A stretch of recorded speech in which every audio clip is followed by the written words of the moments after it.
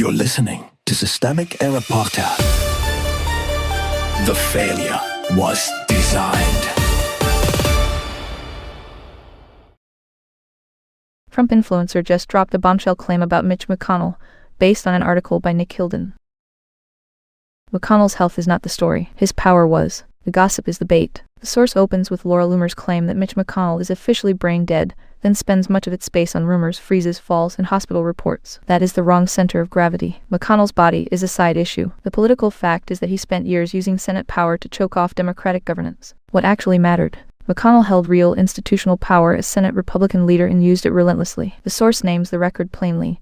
He blocked hearings on judicial nominees, limited debate on major legislation, and in 2016 successfully blocked Merrick Garland's Supreme Court confirmation. That was not confusion, temperament, or accident. It was deliberate obstruction with lasting consequences. The party of procedure. McConnell's great talent was to turn procedural control into political veto power. He was not a loud demagogue in the Trump mold, but he helped create the conditions for Trumpism by normalizing rule manipulation, minority obstruction, and the idea that sabotage is a legitimate governing strategy. He could back Trump's agenda when it suited him, denounce Trump when it was useful, and still keep the machinery of the Republican Party pointed at Democratic defeat. The health fixation misses the point. The article lingers on McConnell's age, hospital stay, falls, and public freezes. Those facts may explain why he is now politically diminished. They do not explain the damage he already did. Framing this as a question of physical decline invites a softer reading of a man whose career was defined by hard institutional cruelty. The Senate did not become anti-democratic because McConnell looked unwell. It became more anti-democratic because he knew exactly how to use its rules. What this story really shows: